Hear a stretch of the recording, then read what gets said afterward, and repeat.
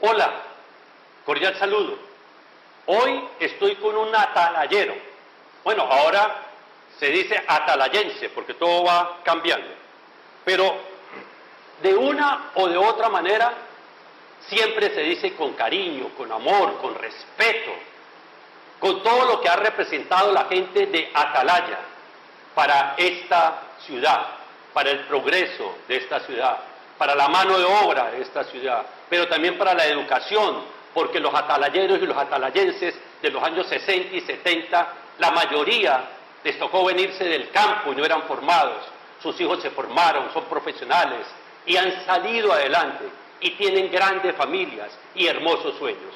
Un atalayero que su papá es de Gramalote y su mamá de Las Mercedes, en Sardinata, imagínense, Gramalote, Puente Gómez, Ultragodos, allá los de Gramalote, Sardinata, Las Mercedes, entrada del Catatumbo, progresistas.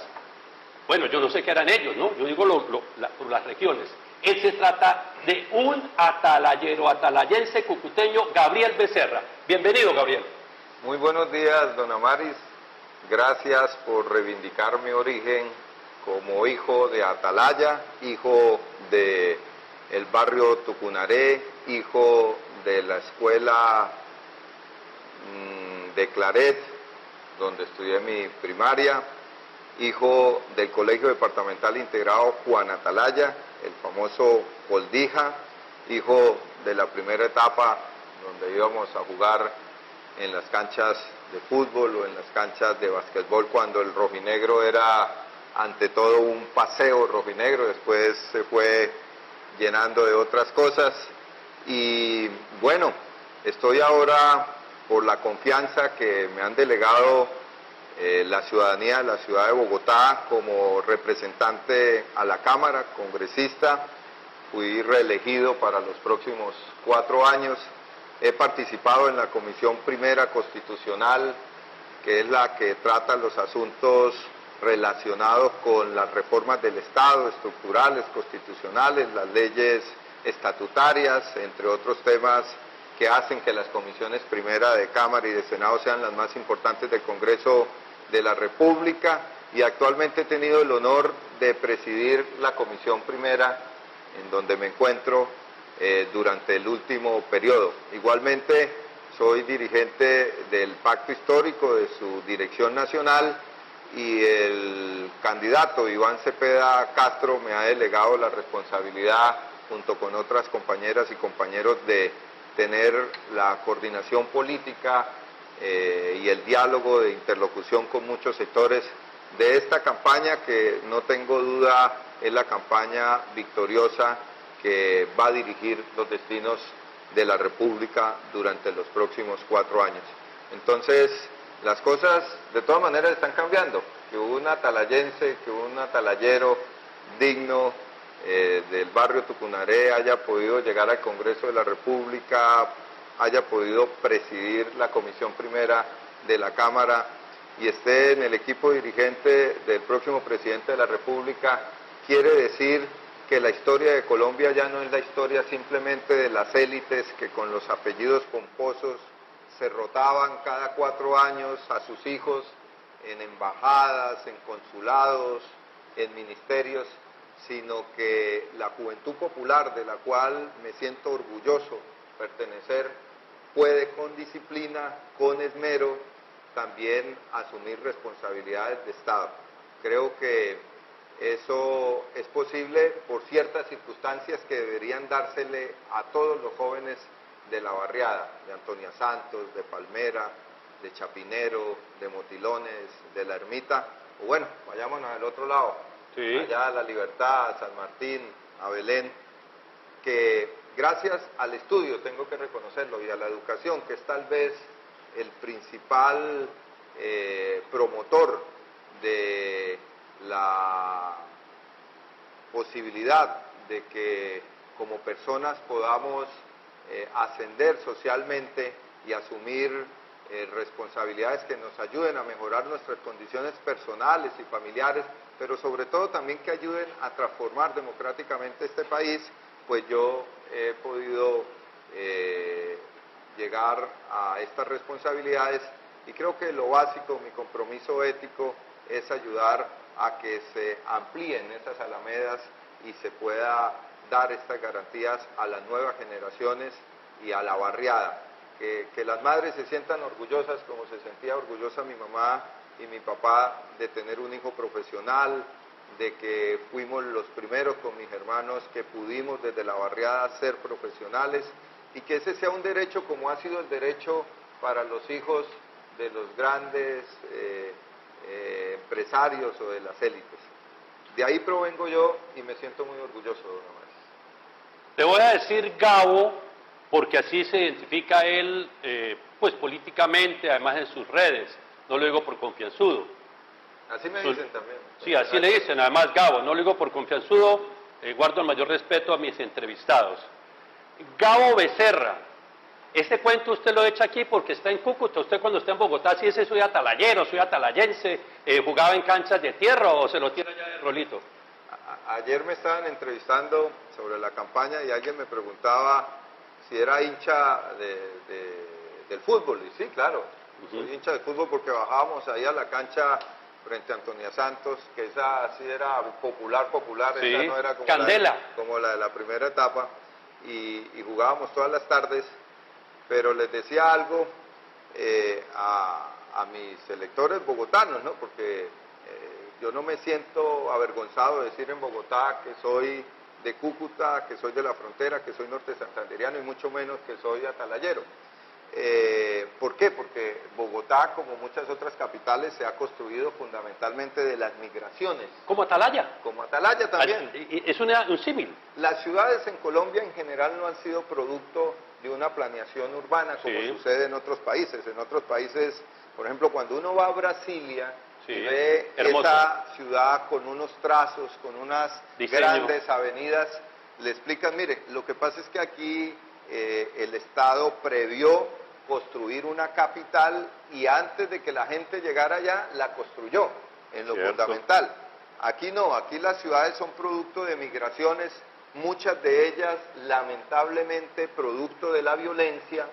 Bogotá en particular, usted se encuentra las colonias de tolimenses, de llaneros, de santanderianos, de desplazados. En mi caso yo soy un migrante producto de las circunstancias de violencia. Yo me fui de Cúcuta a finales de los 90, después que terminé mi bachillerato, porque en aquel momento, recordarán ustedes, vino toda la toma paramilitar en el Catatumbo, en la ciudad. Amigos del alma como estos dos estudiantes que hoy sus fotografías están en la plazoleta de la Francisco Paula Santander, Gerson, Edwin fueron mis amigos, amigos del alma como Carlos Bernal, compañeros gran señor Carlos Bernal, con los que crecí, por ejemplo, siendo niño en mi barrio, haciendo obras comunitarias. No sé si ustedes se acuerden, pero le quiero rendir un homenaje al padre, a Salatiel Martínez. Era un fundador de mi barrio que me acuerdo mucho con las cornetas del barrio. Él recogía para darle cristiana sepultura a las personas que no podían hacerlo. Hacíamos actividades juveniles y lógicamente tuve la oportunidad de conocer a Pauselino también. Claro. ¿No? Y de ser muy joven y compartir con él en Antonia Santos, donde tengo muchos amigos también, y vivir después la tragedia de su asesinato, ¿no? Pero también al padre de las joyas comunitarias, ¿se acuerda? El de la primera etapa de Atalaya, que hacía las joyas comunitarias. Entonces, digamos, esas circunstancias llevaron a que algunos miembros de mi generación tuviéramos que irnos, y aprovechamos un poco ir a la capital también a romper un poco con la visión, lo digo con respeto, de provincia. La actividad académica, la actividad política, allí me hice pues profesional del derecho, hice mis estudios de posgrado en Derecho Público, en Estudios Políticos, estudié mi doctorado, que estoy por terminar en la Universidad de Córdoba de Argentina, y tuve la oportunidad también de conocer muchos lugares del mundo, y la verdad que eso alimenta el espíritu y le permite a uno adquirir desde el punto de vista de la cultura un conocimiento mucho más amplio de las realidades y de los problemas de la sociedad. En esos términos, llegué a Bogotá y seguí en la lucha, sobre todo estudiantil, don Amari. Yo creo que muy poco he aprendido después de la labor de ser un dirigente social y político distinto a lo que aprendí en la Universidad Nacional y aprendí en otras universidades como dirigente estudiantil en defensa de la educación pública, porque yo soy hijo de eso y sé lo que significa para un joven de una barriada tener acceso a la cultura, el conocimiento a través de la universidad pública. Y allí conocí, en esa época, cuando había un problema serio de seguridad en las universidades, de persecución, a un representante a la Cámara, muy joven, muy tímido, que se llamaba Gustavo Petro, y que progresivamente se fue volviendo un gran dirigente nacional hasta volverse ese senador de los grandes debates, y después nuestro candidato varias veces, pero sobre todo lo acompañé en el 2018 y en el 2022, hoy presidente de la República, y ayudé un poco a construir con otros colegas, con otros representantes del movimiento social, ese tejido que hoy se llama pacto histórico. Y tengo que decir que el reconocimiento a esa labor fue la que me llevó a la Cámara de Representantes. Nunca me vinculé al movimiento social ni al movimiento político. Aquí hay maestros y profesores que me conocieron desde jóvenes. No llegué a la política porque quería ser un representante, un congresista, digamos. Hay muchas maneras de aportar en la vida política. Claro. La única no es esa, le digo a los jóvenes que quieren vincularse a la lucha política. Dentro del partido. Dentro de un partido, dentro de la administración pública, desde la academia, de la investigación. Pero, digamos, yo estaba dedicado a ser profesor universitario, investigador, quería dedicarme a eso en la vida, lo digo con toda honestidad, la tranquilidad de estar en la investigación, me gusta, pero en aquel momento nos pidieron que hiciéramos parte de la lista y bueno, ahí sí asumimos este liderazgo que nos llevó a la Cámara y que ha implicado una representación y una vocería. Entonces, para terminar con la anécdota que les estaba contando, me preguntaban de cuál equipo era hincha. Y yo les dije y les confesé que de manera honesta yo nunca iba a dejar de ser hincha de Cúcuta Deportivo. Estuviera en la A, estuviera en la B, estuviera en la C. Igual. Y que en Bogotá, pues voy a ver al Millonarios y voy a ver el Santa Fe. Me hacen quitar la cachucha de Cúcuta, la camiseta por seguridad, la policía. Pero me emociona mucho el Cúcuta. El doblemente glorioso. Cúcuta, porque me emociona ver al pueblo de Cúcuta vibrar por un símbolo y por un sueño, en una ciudad y en un territorio donde han pretendido quitarle todo a la gente ve en esa camiseta y ve en ese equipo un sueño por el cual vibra, por el cual quiere, por el cual llora, por el cual se moviliza. Ayer me emocionó ver a los de la barra del Indio ahí con sus tambores. Entonces, no soy, digamos, un fanático, pero me emociona mucho ser hincha hasta mi muerte del Cúcuta Deportivo. Lo que pasa es que existimos personas que más que ser fanáticos del fútbol, también lo soy, somos fanáticos a lo que sociológicamente representa esa camiseta negra y roja o roja y negra, como usted la quiera mirar.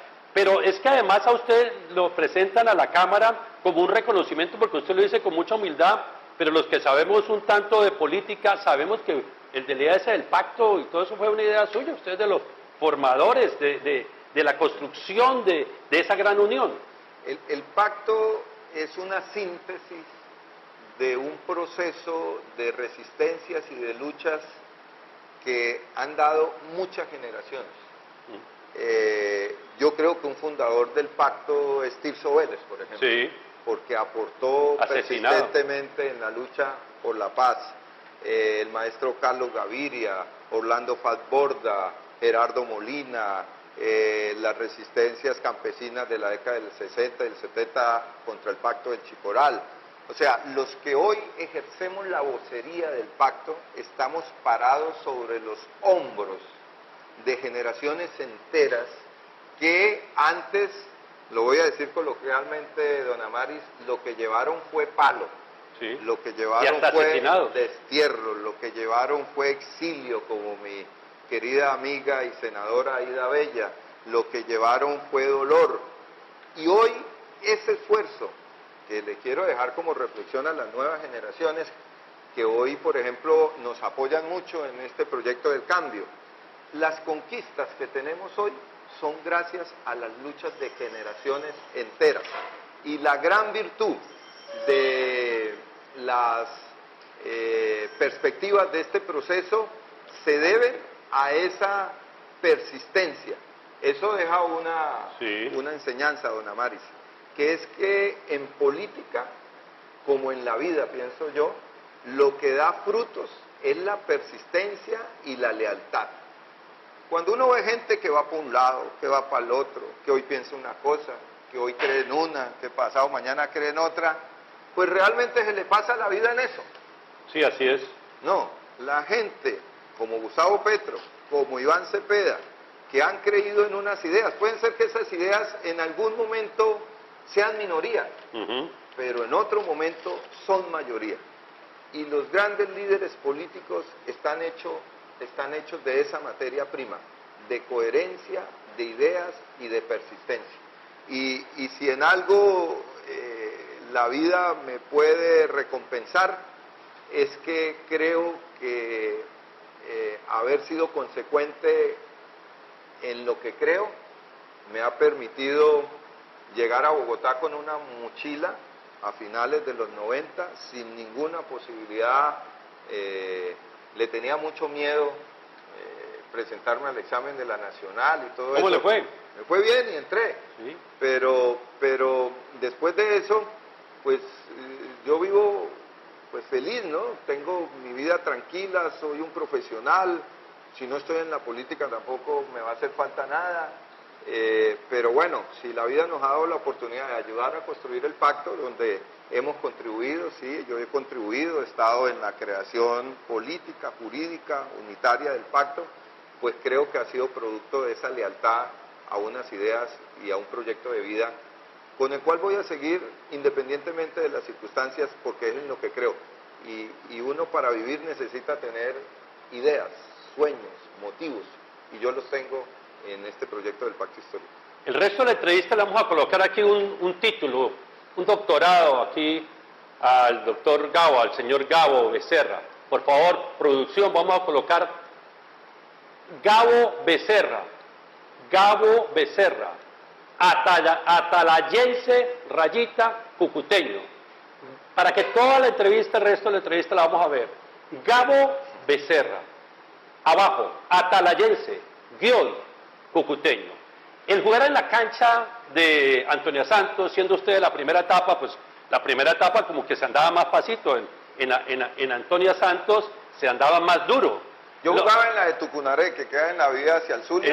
Es una cancha pequeña, la de Antonia Santos es más grande, sí. Pero bueno. Pero eso le sirvió para afrontar Bogotá, le sirvió el ser una persona luchadora allá en Atalaya, desde el fútbol o desde el estudio, o yo no sé cómo fue su vida, si le tocaba caminar mucho, o si caminaba poco, o si tenía comida todos los días, el vivir con personas en el Colegio Integrado Departamental de Atalaya, que muchos no tenían con qué comer, o sea, ¿eso le sirvió para afrontar su vida? Sí, yo creo que, digamos, lo que representa la vida de cualquier niño en sus primeros años lo marca para toda la vida. Por eso es tan importante fortalecer la educación inicial, porque en esos años uno forja el carácter, si se quiere, ¿no? Sí. Yo tengo que agradecerle mucho a mis padres que, siendo humildes, mi papá es... Digamos los nombres, por favor. Cristóbal Becerra, un ebanista que trabajaba en Venezuela mucho tiempo, en San Antonio, en Ureña, y mi mamá, que es una mujer proveniente de una familia campesina como mi papá, que fue como la mamá de muchos paisanos, fundamentalmente ama de casa, su trabajo, ahora que hablamos de la economía del cuidado, sí. Que la gente cree que las mujeres no aportan, ¿no? El aporte de inmenso. Mi mamá, como de todas las mamás, es muy grande, porque ellas, si ustedes cuantificaran económicamente sus aportes a una familia, pues son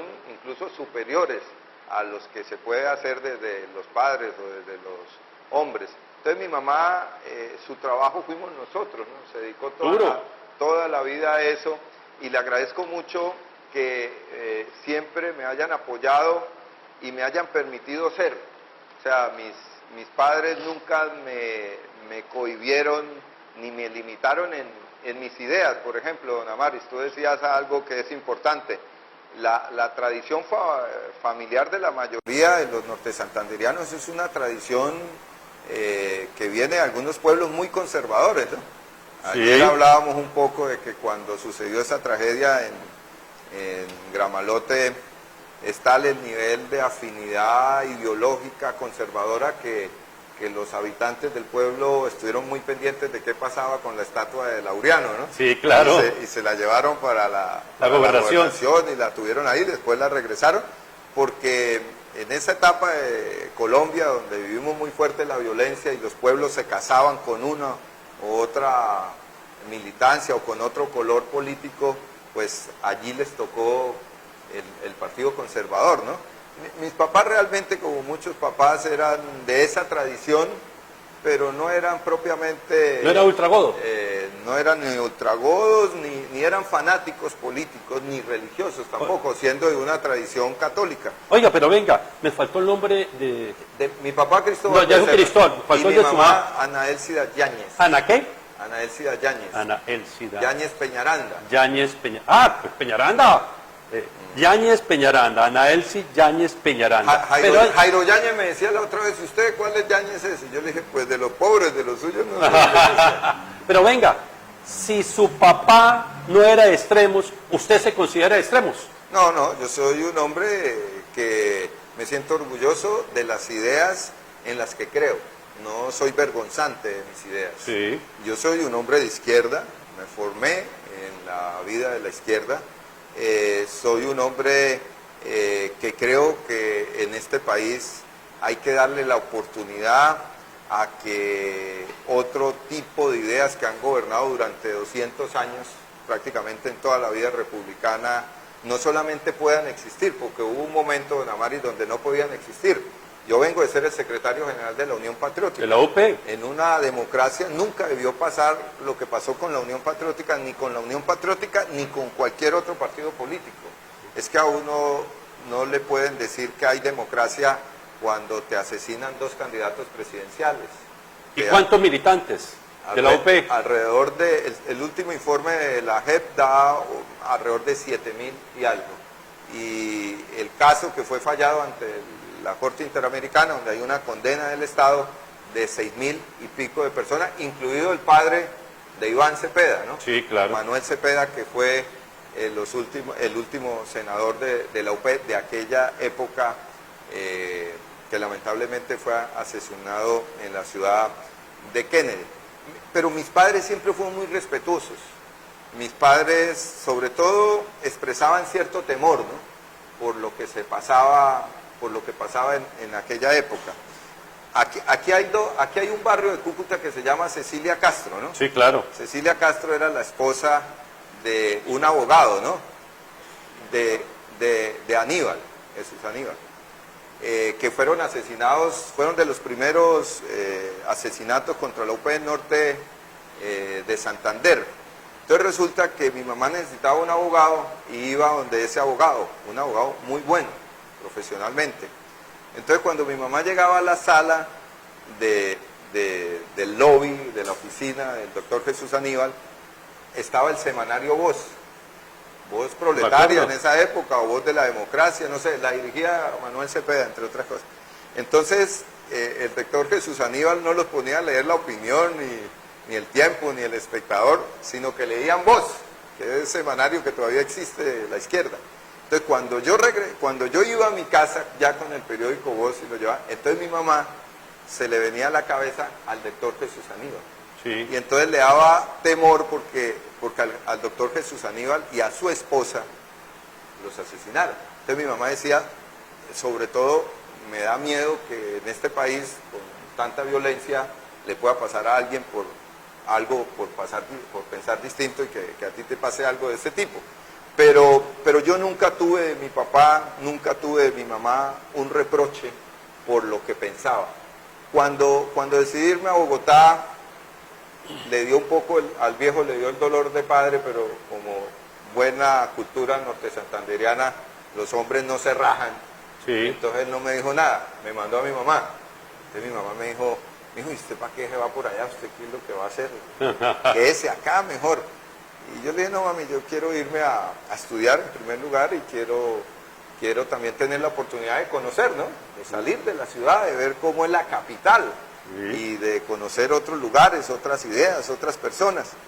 Y nunca me restringieron. Y en el colegio, tengo que decir, tuve unos profesores, como en todo colegio, ¿no? Hay buenos profesores, malos profesores, pero tuve unas profesoras, sobre todo, don Amario, mujeres, profesoras, que fueron muy afectuosas, que también fueron muy respetuosas. En aquellas épocas, ser de un consejo estudiantil no era algo como ahora, que está en la ley 115, ¿no? Pero yo tengo que decir, nunca tuve tampoco agresiones por parte del colegio. Tuve profesores que me alimentaron mucho el espíritu crítico. Muchos de ellos todavía están dictando clases y se los agradezco mucho. He tratado de ir al colegio algunas veces. Fui el coordinador ponente de la Ley Estatutaria de Educación y llevé a la ministra y llevé al Gobierno Nacional a mi colegio. Y entonces yo creo que eso me sirvió.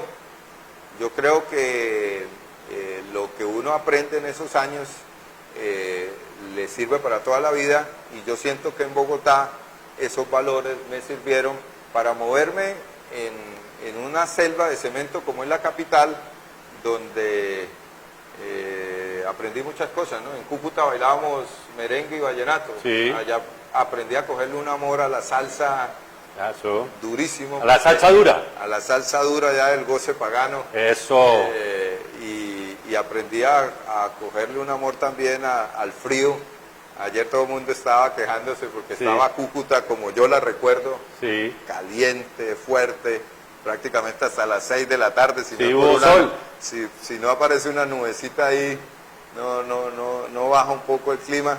Pero también, confieso, me he acostumbrado al frío. Me gustaba un poco por el estudio, ¿no? Sí. Entonces, yo creo que uno es producto de toda esa historia, de sus circunstancias, y mi vida no sería mi vida sin la vida en Atalaya, sin lo que me enseñaron mis padres y sin la experiencia del colegio. Gabo Becerra, usted habla de la educación, me parece muy interesante lo de la educación pública. De hecho, cuando tuve la oportunidad de ser alcalde, subimos de 90.000 a 110.000 personas en la educación pública de colegios en el municipio de Cúcuta. Además de eso, debo decir que comparto la educación pública universitaria, pero la gente que estudia en las universidades privadas hay que tenerles bronca, No, seguro. no por varias razones. En primer lugar, porque la Constitución de Colombia prevé en el artículo 67, si mal no recuerdo, que el sistema de educación en Colombia es mixto. Es mixto. O sea, es totalmente falso, por ejemplo, que nuestro proyecto quiere acabar con las universidades y con la educación privada. Quiero dejarlo totalmente claro. Y lo habla alguien que viene de la lucha estudiantil, que fue el coordinador ponente de la ley estatutaria y que es un defensor del derecho fundamental a la educación. Lo que pasa es que tenemos diferencias, don Amaris. La gente admira mucho la sociedad finlandesa por su sistema educativo. La gente admira las naciones europeas por sus sistemas educativos. Esos sistemas educativos parten de una base. La prioridad del Estado, que se alimenta con los impuestos de todos los ciudadanos, debe ser fortalecer un sistema de educación público estatal que le permitiría al joven humilde de la ciudadela de Juan Atalaya estar en la Francisco de Paula pagando 0 pesos hoy con el gobierno del presidente Petro, y no estar en una universidad privada pagando, ¿qué? Yo no sé ahorita en cuánto está, pero hablemos 7, 6, 8 millones de pesos. Ahora, quien tenga, acá, porque si usted se va a estudiar a Bogotá en las universidades de élite, un semestre te vale fácilmente 20 millones de pesos. Hasta 25. 25, en los Andes una carrera te puede costar semestralmente 40 millones de pesos. 40 millones de pesos. Entonces lo que nosotros decimos es, el recurso público tiene que priorizarse para fortalecer la oferta pública, estatal. Eso, entre otras cosas, pasa porque en la Constitución la educación no sea solamente un servicio público, sino que sea un derecho fundamental. Lo que está haciendo el presidente Petro, que subió de 52 billones a 88 billones el presupuesto de la educación. Es el gobierno que ha tenido el aumento presupuestal más grande en educación. En el caso de educación superior, donde yo soy bastante gomoso con esas cifras, pasamos de alrededor de 8 billones a 13 billones casi de pesos. Hoy tenemos al 98% de quienes estudian en la oferta pública con total gratuidad. Y lo que nosotros reclamamos es que se fortalezca la oferta pública. Entonces Finlandia es un buen sistema educativo porque hay educación privada, pero la base del sistema educativo es público. Voy a decir algo acá con el respeto de un maestro que está en la audiencia. Yo fui a hablar con el embajador de Finlandia cuando estaba con la ley estatutaria y le dije, bueno, ¿cuáles son las claves para que todo el mundo hable también del sistema educativo en Finlandia? Me dijo, te voy a mencionar dos, congresista. El primero es que a nosotros no nos pasa como les pasa a muchos países aquí en Latinoamérica, y es que la última opción, y lo digo con respeto, que le queda a un joven cuando quiere ser profesional es irse de maestro. Y es irse de maestro porque la gente le tiene temor a una carrera donde el promedio del pago del maestro con relación a América Latina es mucho más bajo que en otros lugares del mundo. O sea, en Finlandia para ser maestro se necesita tener los estándares de calidad profesional más altos. Primera condición, me dijo. Y la segunda condición es que nosotros tenemos en nuestro sistema educativo un sistema que cubre al ser humano desde su primera infancia hasta la educación superior. En Colombia hay alrededor de 3 millones de niños y de niñas que no van a la educación en la primera infancia. Y dicen los que más saben de esto, que ahí es donde más. Donde los niños cognitiva y afectivamente adquieren sobre todo sus bases de conocimiento. Los futuros ciudadanos aprenden ahí. Le voy a contar algo que para mí es muy trágico. A Bernardo Jaramillo Osa, el candidato presidencial de la UP que lo asesinaron, el sicario que lo asesinó, ¿adivinen cuántos años tenía? 16. 14 años. 14 años. ¿Y sabe cuántos años tenía el sicario que asesinó a Miguel Uribe? También sí, como 17. 14 años. También 14. Ah, sí, 14. Mi pregunta es, ¿qué hace un niño de 14 años ya convertido en un especialista en sicariato, cuando debería estar en una escuela de fútbol ese sábado, debería estar en una actividad cultural, debería estar con 14 años estudiando ¿qué? El 9º grado, debería tener sueños y motivaciones distintas a las que quería ese niño que ya confesó, que su abuela pudiera tener garantías porque su padre es un mercenario en la guerra entre Rusia y Ucrania. Darle la educación a los niños es muy fundamental. Entonces, nosotros sí somos unos convencidos. Y yo ayer cuando intervine 3 minutos en la plaza llena de banderas, le preguntaba a los cucuteños, ¿ustedes están en contra de que haya un gobierno que priorice la educación pública, estatal, gratuita para sus hijos, para sus nietos, para las futuras generaciones? Y toda la plaza me gritó, no, no están en contra. Sí, yo tampoco estoy en contra. Pero aquí hay candidaturas que están proponiendo propuestas tan locas como un bono educativo, no asumiendo la educación como derecho, sino que yo le doy la plata a las familias, las emocionan con la idea de la plata y usted escoge cualquier colegio, como si el colegio, no sé, el Santo Ángel o el Carmen Teresiano sea igual al colegio privado de la localidad de Bogotá o de Cúcuta, que existe en la esquina de mi barrio en unas piecitas pequeñitas. No.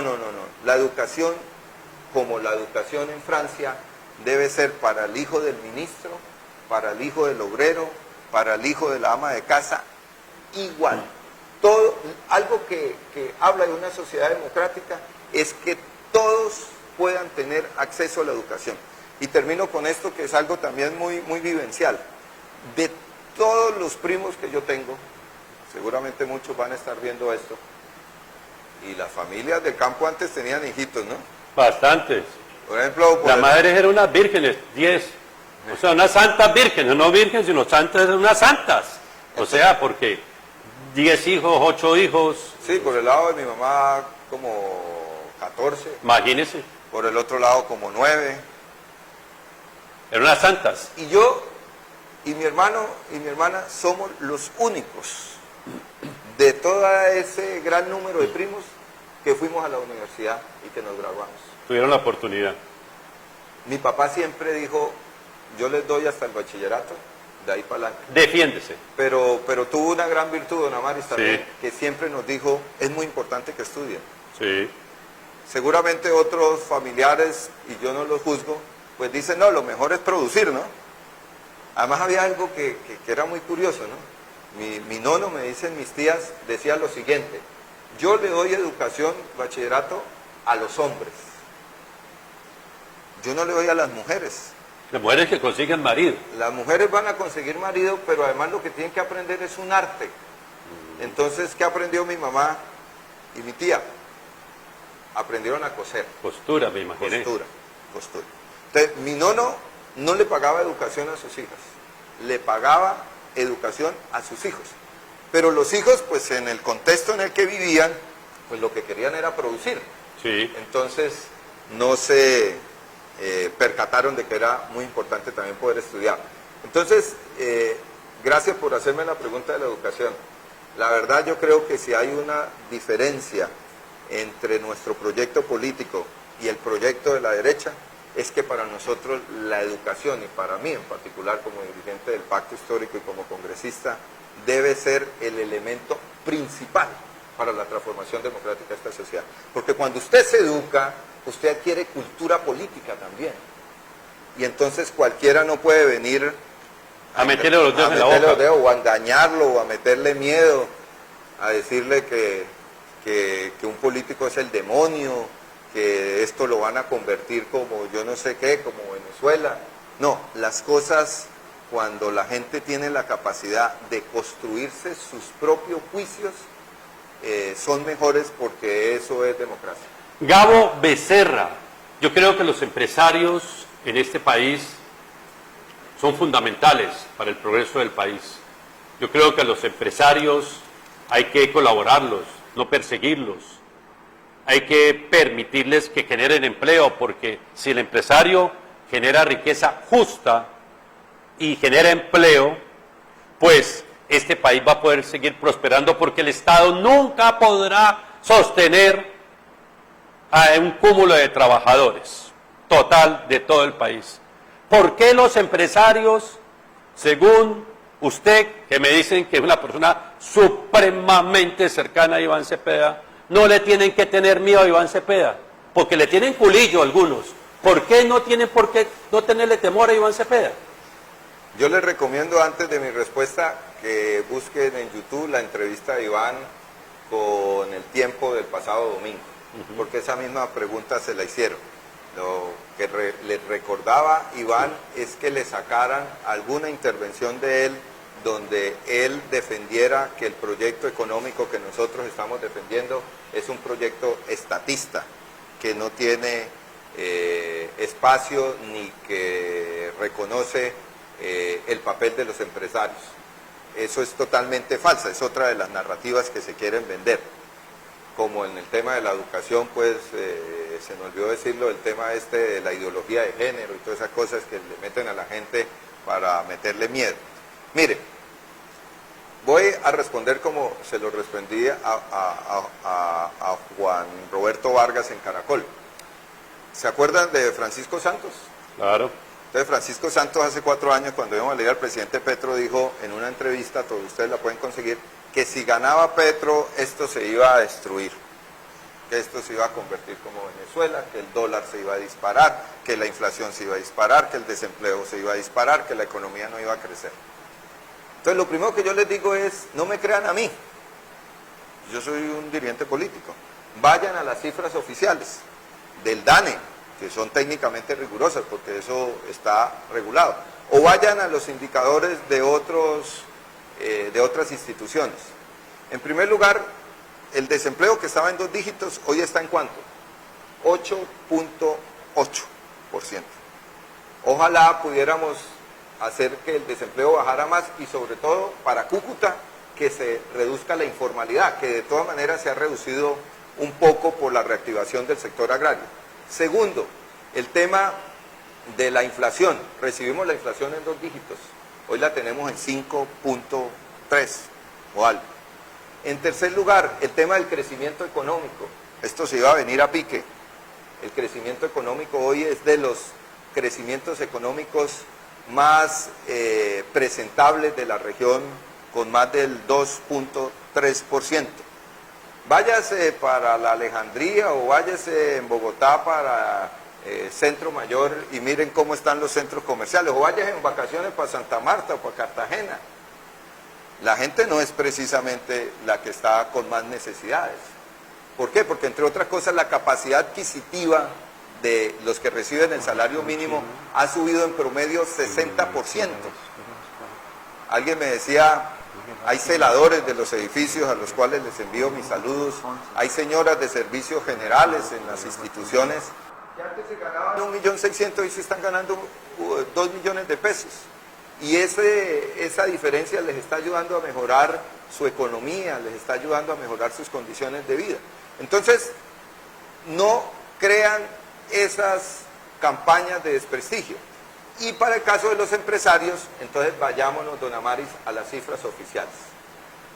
Pregunten, los bancos. Pregunten en cuánto ha venido creciendo las ganancias del sector financiero, que a nosotros no nos la rebajan, ¿no? Porque cuando uno va a hacer una transacción de una tarjeta en un cajero que no es del banco, tenga la comisión, por lo menos de 6.000, 7.000 pesitos, ¿no? Ahí ellos no nos rebajan.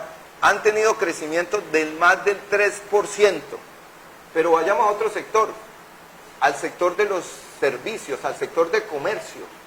¿Cuánto ha subido el comercio? En el caso de Cúcuta, a mí me gustaría que se mostraran las cifras de antes, donde tengo que reconocerle, don Amario, usted jugó un papel muy importante. Gracias. De la apertura de la frontera. Miren, nosotros alcanzamos a tener un intercambio de 7.000 millones de dólares con Venezuela. Así es. Durante 3, 4 años eso se vino para el piso, porque el señor Iván Duque trajo conciertos a Cúcuta, pero no le trajo la reactivación de la economía. Y luego no quería abrir el puente, no lo quería. Al cerrar la economía, pues yo soy cucuteño, la mitad de mi familia, como muchos cucuteños, está al lado de allá. Yo me aprendí primero en Atalaya, en Gloria al Bravo Pueblo, porque no entraba... Venevisión veíamos, Radio Caracas. Y veíamos sábado sensacional. Sí, claro. Y el tío Simón. Con Amador Vendallán. Mire, todos estos nostálgicos y con Gilberto Correa. Y veíamos Bienvenidos. Sí, claro. Entonces... No entran los canales colombianos. Yo le digo a los funcionarios en Bogotá, ustedes no saben qué es vivir en la frontera. Ustedes vienen acá y toman decisiones desde Caracas o desde Bogotá y no saben que la mitad de la familia de nosotros está allá. Sí. Y que yo iba a hacer mercado en San Antonio cuando el bolívar estaba a 7 y mi papá trabajaba allá y que después se volteó la torta y los otros venían acá. Y a ustedes les parece fácil cerrar la frontera para que por las trochas las bandas criminales empiecen a cobrar platica y lo que hacen es estimular la ilegalidad. Y todos aplauden como focas en la narrativa fanática de la extrema derecha de que eso es lo que hay que hacer. No. Entonces, para volver al tema principal, la medio apertura de la frontera, porque allá hay problemas y todo esto, ojalá se resuelvan los problemas, ha permitido ir, ¿en cuánto está el intercambio ahorita? ¿2.000? Estamos llegando a 2.000 millones. 2.000 millones, ¿no? Y te voy a confesar algo, no hay empresario en Colombia con el que nosotros hablemos que no nos diga ¿y cómo va a ser la reactivación de la economía en Venezuela? ¿Cómo hago para ir a vender allá? ¿Cómo va a ser el negocio? Sí. Porque es ¿Cómo es la vuelta? el negocio de los empresarios colombianos para ir a ofrecer alimentos, Sí, claro. para ir a ofrecer servicios. O sea, incluso muchos de esos empresarios, ya le voy a dar la razón porque esos empresarios están así con nosotros, están actuando en contra de sus propios intereses por el fanatismo ideológico y político. Pero voy a ir a otro sector, al sector agropecuario. El promedio del sector agropecuario hoy es del más del 10% en el crecimiento económico. O sea, recuperar la vocación nuestra como una gran despensa agrícola. Nosotros, Dios nos castigó con, ¿qué?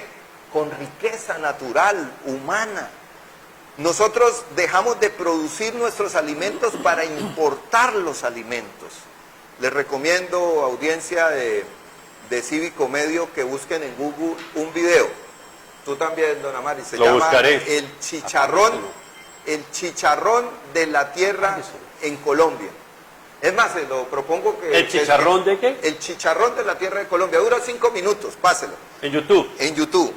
Y entonces nos explican... Un momentico, al finalizar el programa, cuando acabemos la entrevista, vamos a dejar el video El chicharrón de la tierra en Colombia. Con eso, después de que despidamos, van a poder ver el programa. Y entonces ahí nos muestra cómo el problema de la tierra y sobre todo en el tema de la producción de alimentos, nosotros hemos tenido un retroceso muy grande porque cambiamos una palabrita, cambiamos la soberanía alimentaria a seguridad alimentaria.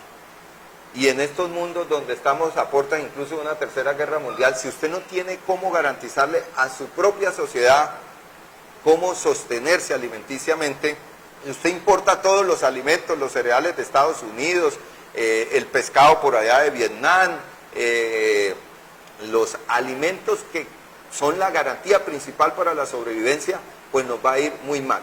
Entonces, ¿por qué, don Amaris, está la narrativa de que este es un proyecto que no quiere tener a los empresarios? En primer lugar, son el coco. Porque hay ignorancia.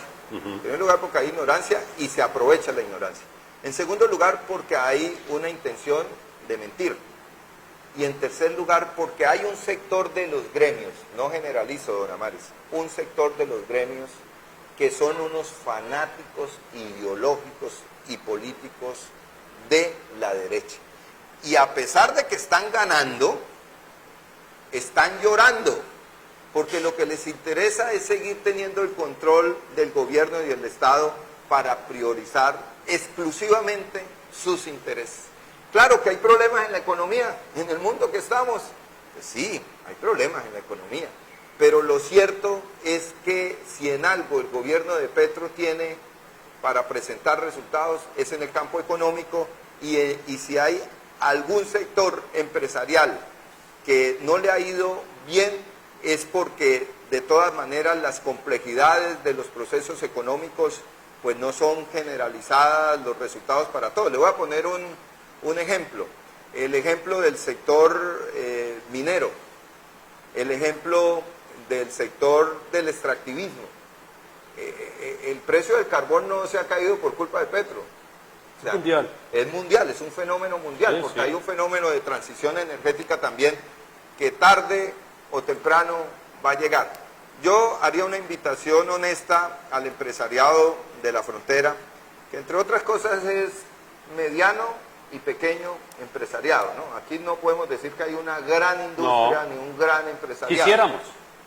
Ojalá que el próximo gobierno, sea el que sea, nos ayude para que eso se dé. Pero antes de que usted termine esa parte, quiero que cuando termine me responda a la vez si usted cree que Iván Cepeda expropiaría a todos los empresarios que no hayan votado por él y que hayan votado abiertamente o por Paloma o por De la Espriella. Yo soy empresario, voy por De la Espriella. ¿Usted cree que su conocido Iván Cepeda o ustedes que los llaman a veces, que son ahí los que echan la cosa y la ultraizquierda, van a, oye, vayan y cierren esa empresa? ¿Usted cree que eso pasa? Yo les pediría que le preguntaran a Laforí, A José Félix, a José Félix Laforí, entre otras cosas inteligentes, ese señor. si el acuerdo que él hizo a través de Iván Cepeda con el gobierno para poder Vender tierras. vender tierras, Que estuvo bien. para vender tierras y además para exportar carne, ¿no? Sí. Porque Fedegan está exportando carne. Pero porque lo hacían bien también. Sí, claro, lo hacen bien si lo que hay ahí es expropiación. Coloco el ejemplo de la compra de tierras entre Laforí y Iván, porque ellos directamente fueron los que negociaron eso.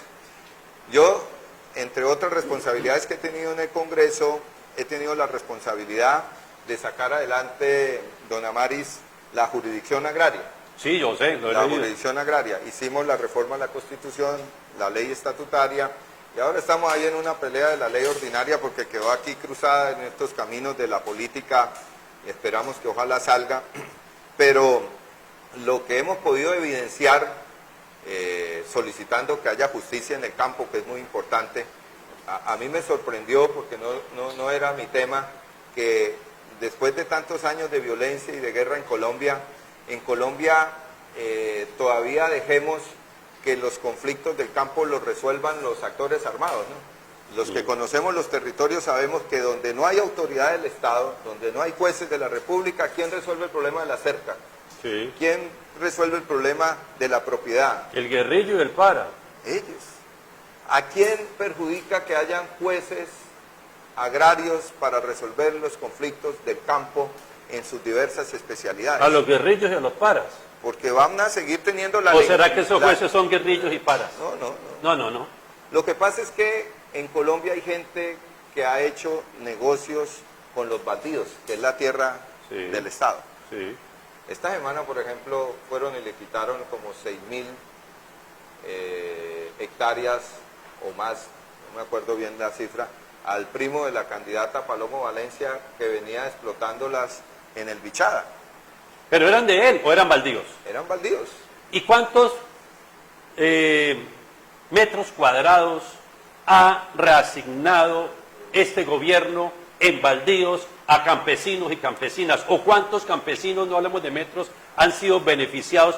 Repito, no se los han quitado a los propietarios reales, sino son baldíos, son del Estado, y uno llega y empieza a explotarla por 10, 20, 30, 40 años sin ser de ellos. Mire, el presidente Petro es tan extremista que decidió avanzar en una reforma agraria pagándole la tierra a los propietarios que legalmente la tengan, no con precio del predial, sino con precio comercial. Con precio comercial. Con precio comercial. Sí. O sea, la reforma agraria que en México la hicieron a punta de tiros, aquí se está haciendo con la orden del presidente Petro, que del presupuesto nacional se le compre la tierra a los propietarios, no a precio del predial, sino a precio comercial. Pero además yo pienso que es justo, porque si la van a vender, que la vendan a comercial, porque uno sabe que el predial siempre está 30% por debajo. Pero cuando miren el video del chicharrón de la tierra en Colombia, se van a dar cuenta por qué en Colombia tienen más tierra las vacas que los campesinos. Sí, ya lo vamos a ver. Bueno, lo van a ver, pero te voy a terminar de explicar. No, termine, por favor. Te voy a terminar de explicar el tema de la distribución de tierra. Mire, el acuerdo que adquirió el Estado en el marco del proceso de paz en el tema de tierra habla de 10 millones de hectáreas. 3 millones de hectáreas para entregar al campesinado sin expropiarle ni un centímetro de hectárea a los actuales propietarios. Se les compra o se adquiere la tierra por otros mecanismos. 3 millones. De esos 3 millones, ¿sabe cuánto habían logrado hacer el gobierno de Santos, el de Iván Duque y los otros? No habían llegado a 15.000. ¿Saben cuánto lleva la ministra Marta Carvajalino a la fecha? 750.000 hectáreas de tierra entregadas a los campesinos. No existe, y reto a cualquiera de la opinión pública que comparta una cifra de mayor distribución de tierra a los campesinos en Colombia durante las últimas décadas, en una cifra distinta a la que está entregando la ministra de Agricultura. Y en el caso de formalización, la gente tiene su tierra por posesión, pero no tiene su título. Sí. Hablan de 7 millones de hectáreas. Esa es la gran reforma rural integral, acompañada de carreteras, de Titular hospitales, gratuitamente. Es como cuando usted tiene su casita en cualquier barrio, pero la casita está en un lote que no es suyo. Y llaman, compré mejoras, no compró nada, porque la tierra no es suya. Entonces se titula la casa, la tierra, y le queda propiedad a esa persona. Lo mismo están haciendo en el campo. Sí. La titulación gratuita de tierras y no digamos expropiación, porque uno no puede expropiar lo que es de uno, o sea, el Estado. El baldío no es expropiación, es quitar el baldío de manos de quienes no son para dárselo a manos del pueblo. Sí, bueno, para terminar la idea de lo de formalización, que es lo que tú dices, que además te facilita como campesino que tú tienes la posibilidad de acceder a créditos, ¿no? Sí. Y a otro tipo de beneficios. El compromiso que hay en el acuerdo de paz, de los 10 millones, 3 es entregar tierra, Sí. 7 es formalizar. El actual gobierno tiene ya más de 1.500.000 hectáreas formalizadas. Son las cifras, repito, más altas que se han podido entregar durante los últimos gobiernos. Entonces yo hago una pregunta elemental. ¿A quién perjudica que Colombia pague la deuda histórica de la tierra con los campesinos? Perjudica a la gente de la barriada de La Libertad, al taxista que viene de origen campesino, que seguramente tiene una finquita con posesión porque tiene raíces, digamos, campesinas, como las tenemos yo creo que prácticamente todos. O eso sencillamente lo que pasa es que genera rechazo de los hacendados, de los latifundistas, voy a decirlo con respeto también, de la SAC, que quiere oponerse a muchas de estas reformas, cuando eso ayudaría a modernizar el campo, a que el campo sea moderno, a que se pueda generar agroindustria, a que se pueda explotar los recursos naturales y recuperar nuestra economía con una economía productiva, no simplemente una economía del extractivismo o de la especulación. Entonces, ahí hay un avance realmente revolucionario. Por eso Iván Cepeda no ha dudado en decir que vamos a profundizar la revolución agraria. Porque si nosotros resolvemos el problema de la tierra, en Norte de Santander me daban los datos. Se los voy a leer, don Amaris, porque usted me hizo acordar y me parece que es muy importante. En el caso del plan Catatumbo, que son alrededor de 6 billones de pesos que se van a invertir, miren lo que se ha hecho hasta el momento. Alrededor de 11.000 hectáreas formalizadas. En el Catatumbo. 2.503 hectáreas con acuerdo de sustitución. 140 títulos EDP, 3.398 hectáreas adquiridas, entrega al ETCR, que es una figura del acuerdo de paz de cooperativas afirmantes, mujeres campesinas, constitución de la zona de reserva campesina, paz y unión campesina del Catatumbo, de 500 hectáreas, constitución del resguardo indígena Irocovincaira del pueblo Barí, sobre un predio baldío de 63 hectáreas, son hechos, no son retórica.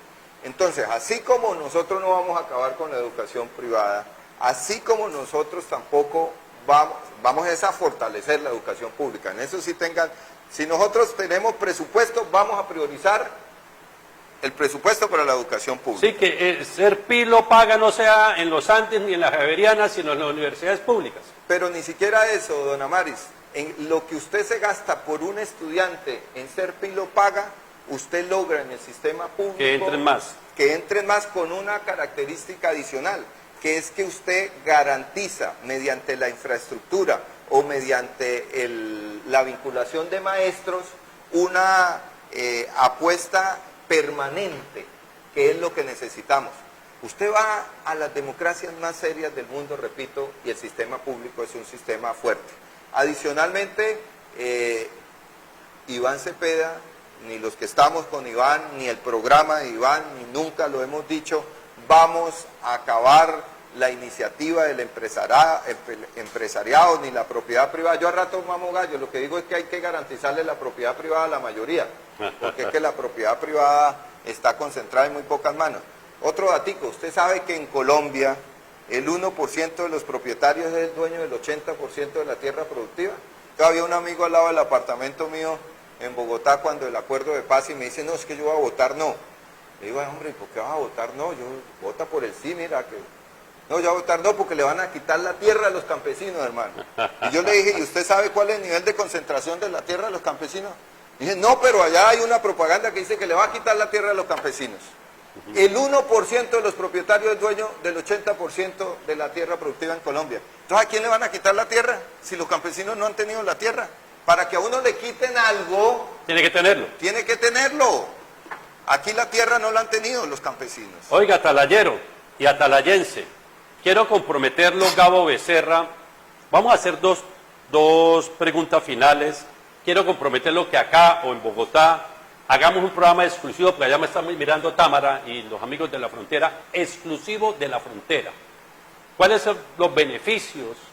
Hemos tocado tangencialmente el tema de la frontera y usted ha sido muy claro en que dependemos de un lado y de otro y que los de Bogotá piensan diferente a nosotros de la frontera, que vemos la frontera como un punto de unión y no un punto de separación. Pero hay que hablar un programa, por ejemplo, de esa idea del tren del Cúcuta hasta el lago de Maracaibo, que se puede hacer entre los gobiernos colombianos y venezolanos, sobre todo con recursos chinos o estadounidenses, de donde provengan, para sacar nuestro carbón, nuestra silla, y otra serie de ideas que va a ser exclusivo. Yo quiero que usted en esta... el cacao, podemos el cacao también, la arcilla, el cacao, y traer por el lago de Maracaibo. Recordemos que en 1920, de Cúcuta, de aquí del terminal, que era la estación central, hasta Puente Unión, y de Puente Unión hasta la parte abajo del lago de Maracaibo había 12 horas en tren. El tren de Cúcuta llegaba a Puerto Santander, Puerto Unión, llegaba a la parte baja del lago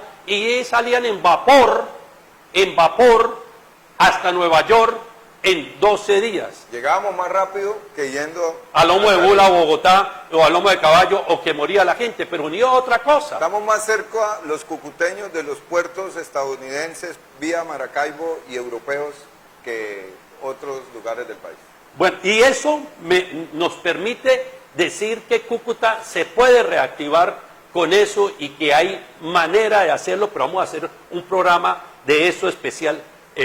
Pero yo quisiera usted preguntarle tres preguntas cortas que usted verá cómo me la responde. Las puede responder largas si quiere, pero usted decide. Primero, esta sí puede ser corta porque me acaba de... Bueno, 4. ¿Usted odia a los gringos? No, yo tengo una profunda admiración por el pueblo de los Estados Unidos. Una cosa es el pueblo de los Estados Unidos y otra cosa son sus gobernantes y en particular su gobernante actual. Pero el pueblo de los Estados Unidos es un pueblo con una ética protestante venida de sus colonias inglesas, con un espíritu de trabajo, con una capacidad de innovación. Además el gran Martin Luther King. Con un compromiso con los derechos y las libertades ciudadanas que solamente genera admiración. Lo que pasa es que es un pueblo, a pesar de ser muy preparado políticamente, bastante preso de ideas ultraconservadoras en la última etapa. Yo tuve la oportunidad de estudiar en ese país un año y lo admiro bastante. ¿Su mamá y su papá creían en Dios? Sí, claro. ¿Y usted? Yo soy un gnóstico. ¿Qué es eso para la gente que no entendemos? ¿Qué es un gnóstico? Es las personas que valoran y respetan que en las sociedades los seres humanos creen en una fuerza superior que puede labrar sus destinos. Como el gran arquitecto de... Sí. El gran arquitecto que para nosotros los que creemos es Dios. Para para ellos el gran arquitecto. Yo soy un hombre militante de izquierda, pero criado en un entorno, en una cultura católica. No soy fanático, Bueno, es que además me faltó contarle, yo yo trabajé con la juventud misionera y con una tradición, Qué bueno. digamos, de curas que estaban con la gente, que eran los claretianos, o que Claro, son los claretianos, claro. que tienen presencia en Atalaya. Ese es el de la olla comunitaria. Entonces, ¿Alguien recuerda el nombre de ese padre? eh, Jorge. Jorge. Ya me acordé, el padre Jorge. Entonces, yo creo en el Cristo de los pobres, yo no creo en el Cristo de las grandes catedrales y las grandes cúpulas. Pero los ricos también tienen derecho a Cristo. Claro, porque tienen derecho a Cristo, y yo, a mí me gustaría que ese Cristo fuera el Cristo de la bondad y de la solidaridad, Sí. que siempre nos han enseñado en el Evangelio. La guerrilla le está ganando la batalla a Petro al final del gobierno, porque es que esa plomacería y todo lo que está pasando, ¿qué hay que hacer con eso? Porque la gente que no está con Iván Cepeda o que no quieren llegar ahí dice, uy, no, es que la inseguridad de este país es una mierda, dicen. O sea, ¿qué hacer ante eso? Pues en primer lugar, reconocer que hoy no podemos hablar del conflicto armado y de los actores del conflicto armado como hace 10, 20 o 30 años. Acá se firmó un acuerdo de paz, aquí se logró que una guerrilla de 60 años entregara sus armas, tratando de evitar la vía más dolorosa, que es la de la guerra. Pero Volvieron 14.000, pero- dejaron las armas. sí. Y luego organizaron unos por culpa de Duque. Escuché el dato del expresidente Santos esta semana. Estamos hablando de que más del 90% de quienes firmaron cumplieron. Sí. Ahora, ¿qué es lo que pasa? Como le pasó también en otras épocas a otros que firmaron la paz, ¿no?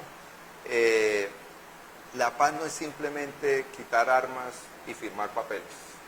La paz es realmente transformación de los territorios.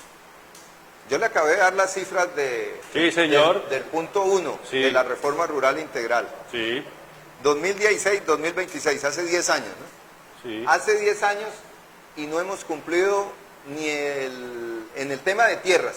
En el tema de tierras. Si había que entregar 3 millones de hectáreas y no hemos llegado al millón, ¿en qué porcentaje vamos? Sí. Y cumplimos. Si había que formalizar 7 millones y llevamos 1,5 millones, ¿en qué estamos? O si usted va al punto 4 y mira el tema que para Norte de Santander y para Catatumbo es muy importante, que es el tema de sustitución de cultivos. En Colombia, 100.000 familias firmaron compromisos de sustitución de cultivos.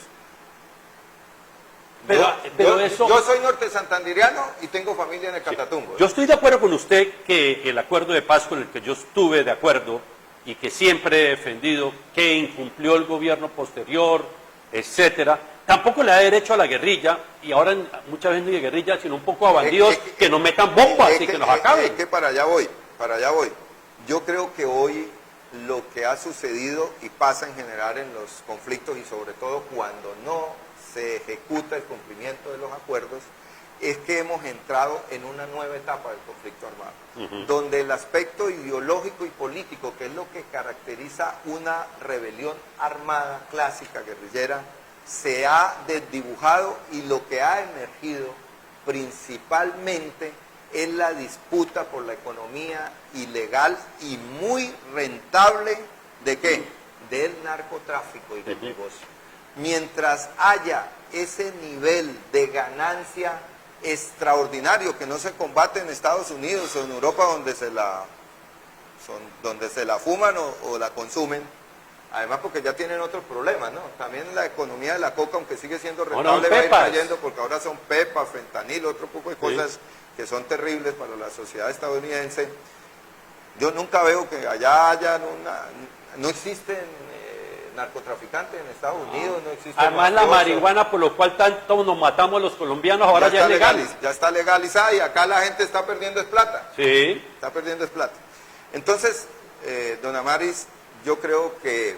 Perdón, no es una invitación para que metan Sí, marihuana, ¿no? no. Sino es para el tema de la marihuana para medicinal nada. y todo eso. Sí. Pero en Colombia, por ejemplo, está a través de la Corte Constitucional permitido la dosis personal, pero no se ha resuelto el tema de la producción, de la comercialización.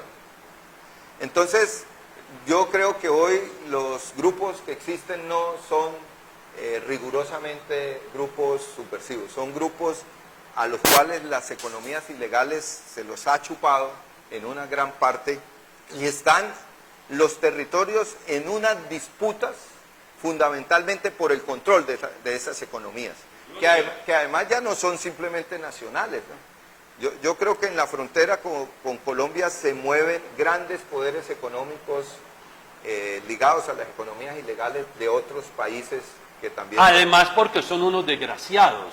Esos que están haciendo eso son unos desgraciados, los que están matando gente, los que están colocando bombas, los que están matando policías, militares, gente de común, que colocan bombas por todos lados. Esos son unos desgraciados y no podemos seguir permitiendo eso. Y el próximo gobierno, sea de izquierda, sea de derecha, sea de centro, tiene que darles duro a esa gente, golpear a esa gente. Perdón que lo haya interrumpido. No, pero es que esa parte creo que no puede quedar sin una opinión de mi parte y de la campaña.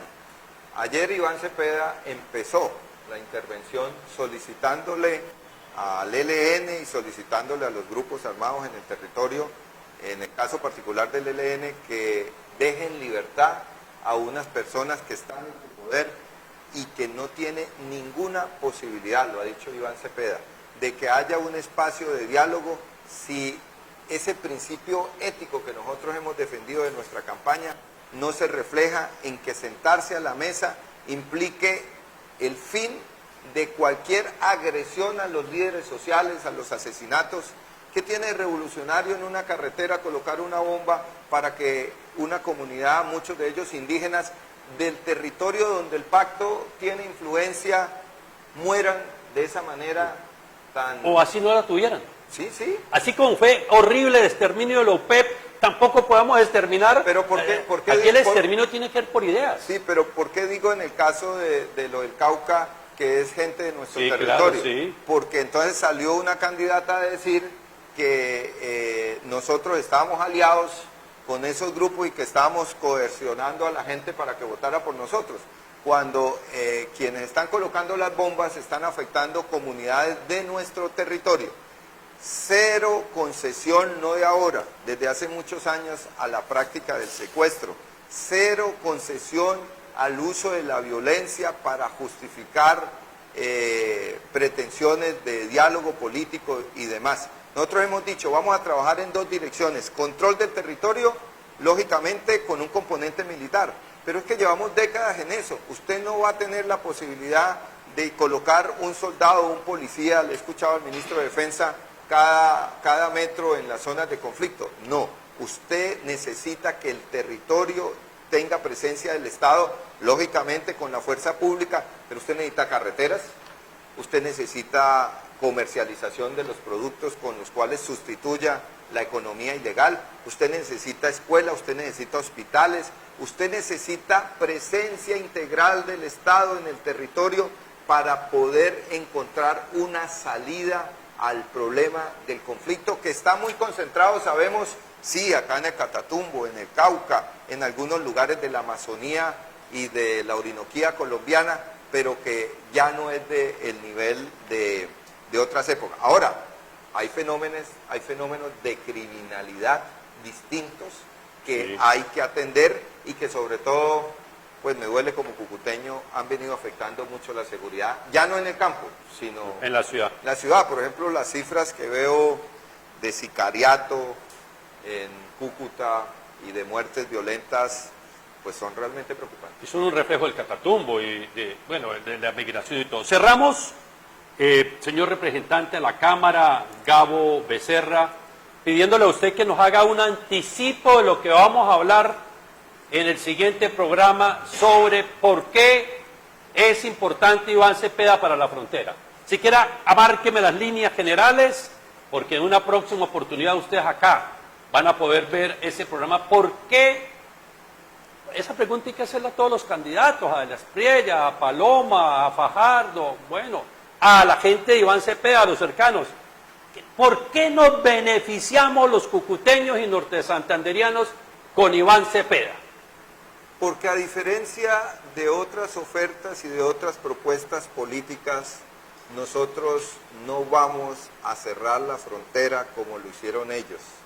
vamos en el marco de nuestra soberanía y de la diplomacia a trabajar por garantizar unas relaciones armónicas que sobre todo coloquen al centro a los habitantes de estos 2.200 kilómetros de la extensa frontera colombo-venezolana y de la norte santanderiana, que es la más activa no solamente con Venezuela, sino de todas las fronteras que tenemos.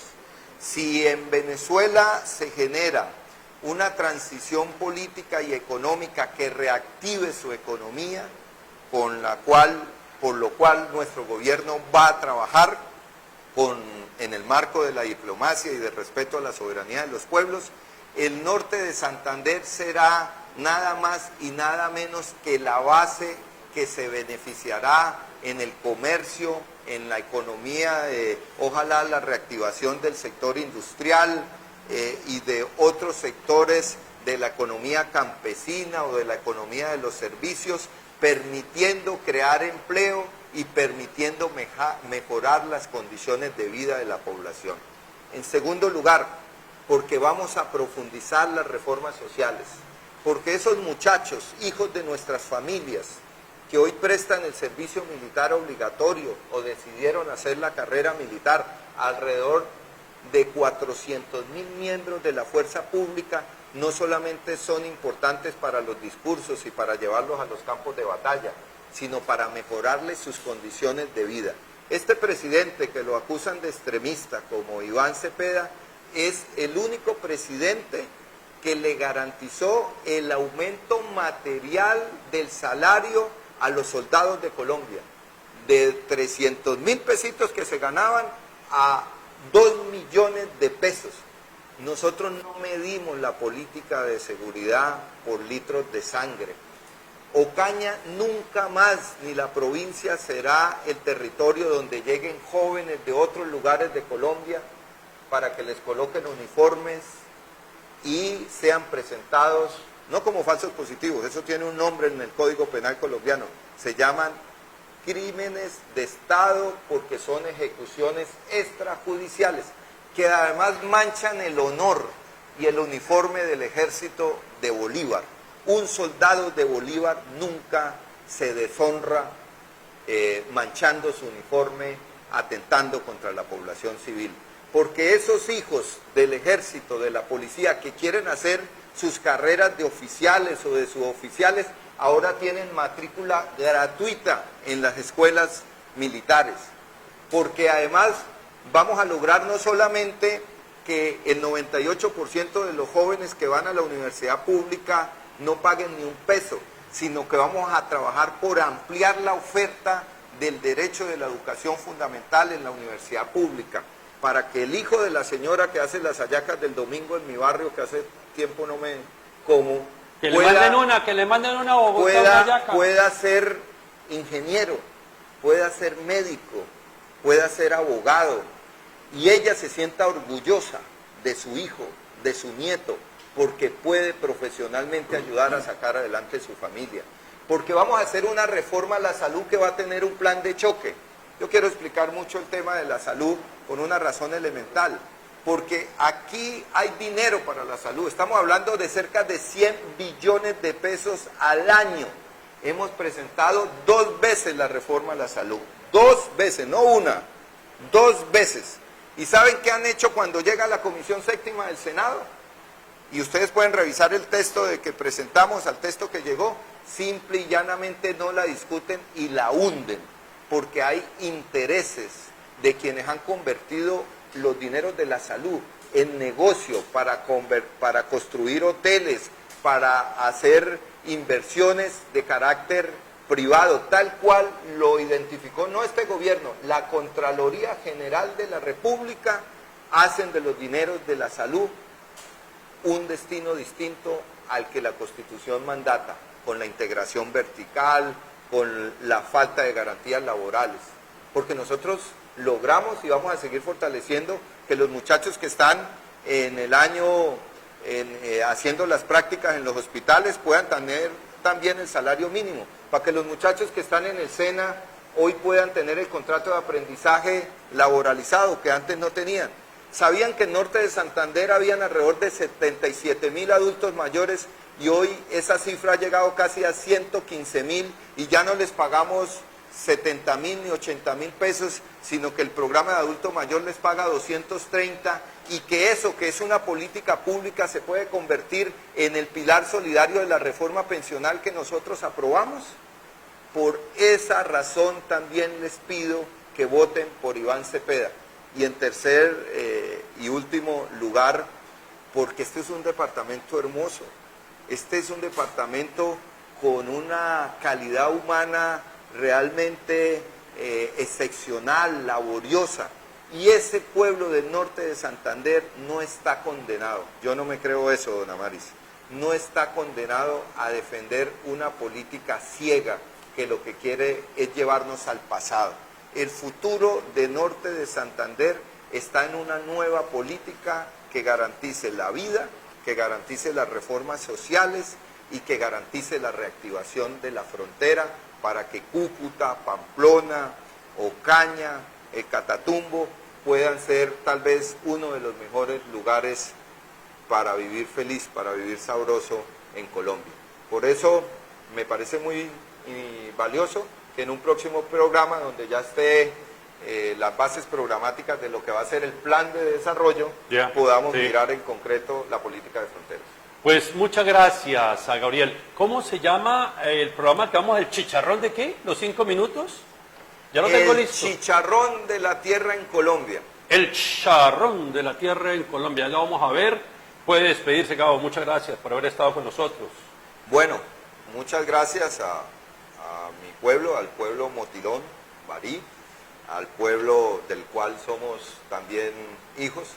Yo sé que alguna gente cree que allá la tradición aborigen y demás está lejos, ¿no? Nosotros en nuestra sangre hay sangre cósmica, diría Vasconcelos, el mexicano, por abrirnos un momento de sus vidas para escuchar esta entrevista. Gracias a quienes estuvieron en la manifestación, contra todo pronóstico, la Plaza de Banderas estuvo llena, gracias a quienes ayudaron a organizar esa actividad y contribuyan sin lugar a dudas al triunfo en primera el próximo 31 de mayo. Vamos a seguir como nortesantanderianos. A mí me regañan en Bogotá. Me dice, usted es representante de la Cámara de Bogotá, ¿usted por qué coge para allá? Porque allá están mis raíces, porque además uno no puede ser desagradecido con quien lo vio crecer y donde está la gente que uno más quiere. Entonces vamos a seguir viniendo acá en la medida de las posibilidades y yo creo que si cambia Cúcuta y si cambia Norte de Santander, se consolida el cambio en Colombia. Hoy estuvimos con el hijo de doña Ana Élcida, profesión ama de casa, nacida en Las Mercedes, Salinata, y con el hijo de don Cristóbal, gramalotero, de pura cepa, nacido en Atalaya, porque sus papás se enamoraron y se fueron a vivir a Atalaya. Una vez allá en Atalaya se pudo formar, se pudo educar. Estudió en el Colegio Integral Departamental de Atalaya y en la Escuela de Claret. Luego, su mamá y su papá, especialmente su papá no quería que se fuera para Bogotá, pero esto de la violencia, déjenme el plano abierto, esto de la violencia hace que él se vaya a Bogotá, se desarrolla en Bogotá, estudia en la Universidad Nacional, se vuelve un dirigente realmente ultraprogresista de la izquierda en Colombia, no está de acuerdo con los extremos, dice él, y asegura que Iván Cepeda no está de acuerdo con los extremos y que no le va a quitar las tierras a los que tienen tierras, que son propias, ¿no? Los baldíos no. Que son poquitos.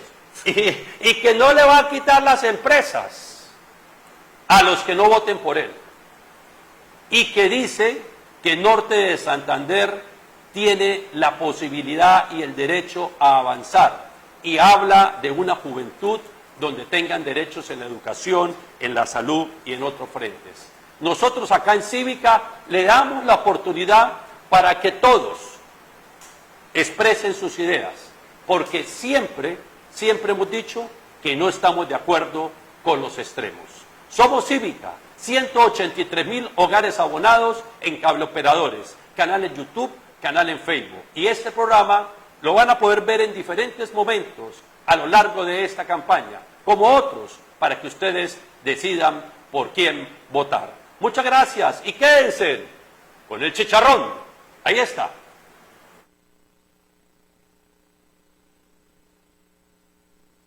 ¿Cuáles son los insumos vitales para la supervivencia humana y su desarrollo? Los alimentos, el agua, los minerales, la energía y las medicinas.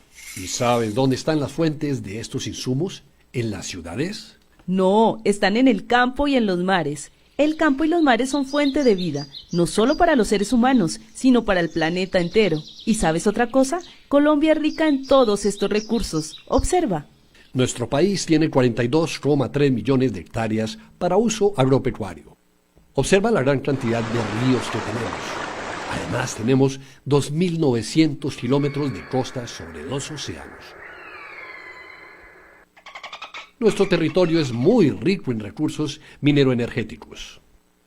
Imagínate que el 50% de los páramos del mundo están en Colombia. Y además, somos el segundo país del planeta en biodiversidad. Pero eso no es todo. Colombia tiene la posición geográfica más estratégica del continente. Entonces, tú te preguntarás, si somos un país tan rico en todos estos recursos, ¿por qué estamos como estamos? Pues te vamos a explicar en estos minutos el chicharrón de la tierra en Colombia, el gran freno a nuestro desarrollo económico y social y que es el primer punto de los acuerdos de La Habana. Volvamos a nuestro mapa.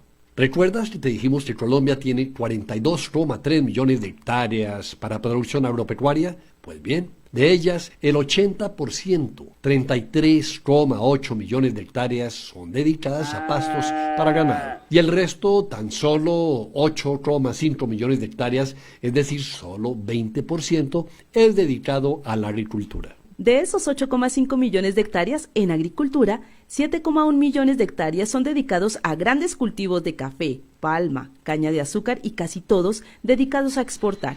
Y solo 1,4 millones es dedicado a agricultura para consumo interno. ¿Ves alguna desproporción?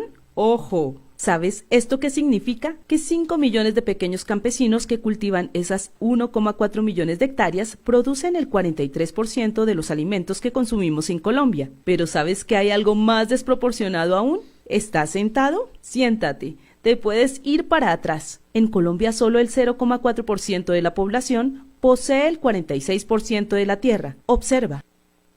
8:20 minutos de la mañana y esto que van a ver explica buena parte de lo que sucede con nuestro campo. Después de 45 años, Colombia vuelve a tener censo agropecuario con cifras preocupantes. Solo el 6% de las tierras rurales son cultivadas, mientras que aumentó la concentración de terrenos en manos de unos pocos. Por ejemplo, esas 33,8 millones de hectáreas que se usan para pastoreo le sirven a 24 millones de vacas. Es decir, nuestras vacas colombianas son las más cómodas del mundo. Tienen 1,5 hectáreas para cada una. Esto es más o menos como si a cada vaca le diéramos 1,5 campos de fútbol. Para que te hagas una idea de este absurdo económico, te doy un ejemplo. En Holanda agrupan 140 vacas por hectárea. ¿Vas adivinando quiénes son los paganinis del chicharrón de la tierra en Colombia? Pues claro, son los pequeños campesinos y campesinas. Se estima que en Colombia viven unos 5 millones de pequeños campesinos y campesinas. La mayor parte de ellos viven con 200.000 pesos al mes o menos. Esto es lo que una persona gasta en Bogotá en pasajes de Transmilenio y taxis. ¿Puedes creer que aún hay gente que no sabe leer y escribir? Pues en el campo de Colombia, el 15% de los campesinos y campesinas son analfabetas. Imagínate que en el campo el 83% de los niños y niñas no van a la escuela, el 80% no termina la secundaria y solo 1% va a la universidad. ¿Te imaginas la vida sin agua potable? Pues el 60% de los campesinos no tiene agua y el 85% tampoco tiene alcantarillado. El 65% de los campesinos nunca ha recibido asistencia técnica, ni maquinaria, ni créditos para cultivar mejor. Ahora bien, en las ciudades no tenemos una buena salud. Imagínate qué pasará en el campo. Y como si fuera poco, es en el campo donde se vive la guerra, de donde salieron 6 millones de desplazados que han emigrado a las ciudades, de donde se han puesto los muertos, los desaparecidos, donde caen las bombas de los aviones del ejército y los tartucos de las guerrillas, donde se han producido las masacres y el paramilitarismo. Es en el campo donde llegan las grandes mineras a ensuciar el agua, a perforar la tierra y a desplazar los campesinos. Es en el campo donde los aviones fumigan cultivos declarados ilícitos y también los demás cultivos. Pero ojo, los consumidores en las ciudades también somos paganinis de este chicharrón de la tierra. ¿Sabías que Colombia importa, es decir, compra a empresas del exterior, 10 millones de toneladas de alimentos cada año? ¿Sabías que Colombia importa el 99% de los cereales que consumimos, el 80% del maíz, el 50% del arroz y más del 50% de los frijoles, arvejas y lentejas? ¿Sabías que de la bandeja paisa los únicos productos colombianos son el chicharrón, el chorizo y el aguacate? Observa. Colombia importa arroz de Estados Unidos, Filipinas y Ecuador. Casi todo el maíz con el que hacemos nuestras arepas viene de Estados Unidos, Canadá o Argentina. Y el 50% de frijoles que consumimos vienen también de Canadá. Además, Colombia importa cada año 242 millones de dólares en carne de Estados Unidos y Argentina. Los huevos son importados de Alemania y el plátano es importado de Ecuador. ¿No te parece absurdo que siendo un país con un inmenso potencial agrícola importemos casi la mitad de lo que nos comemos? Y tengamos tanta tierra dedicada a pastos o a producir palma destinada a combustibles de carros. Alguien podría decir, mejor que importen alimentos, así yo los compro más baratos. Eso es falso. Hoy el dólar está a más de 3.200 pesos. Ello quiere decir que Colombia compra comida más cara porque los alimentos que vienen del exterior se compran en dólares. Es decir, que cuando vayas al supermercado o la tienda, esa manzana o arroz probablemente te cuesten más. Lo que no pasaría si se cultivaran aquí. Pero además, si consumes productos cultivados aquí, beneficiarás a los pequeños campesinos que los cultivan. ¿Te das cuenta cómo el problema de la tierra frena el desarrollo económico y social del país? ¿Te das cuenta cómo el problema de la tierra genera pobreza en el campo? ¿Entiendes que el problema de la tierra es el generador del conflicto? ¿Te das cuenta que si resolvemos el problema de la tierra, tendremos más alimentos de mejor calidad a mejores precios? ¿Entiendes por qué el punto 1 de La Habana busca dar solución al chicharrón de la tierra en Colombia? ¿Estás de acuerdo en que todos y todas debemos apoyar la implementación de este punto? Entonces te invitamos a que compartas este video y nos des tu opinión en el hashtag #chicharrón de la tierra.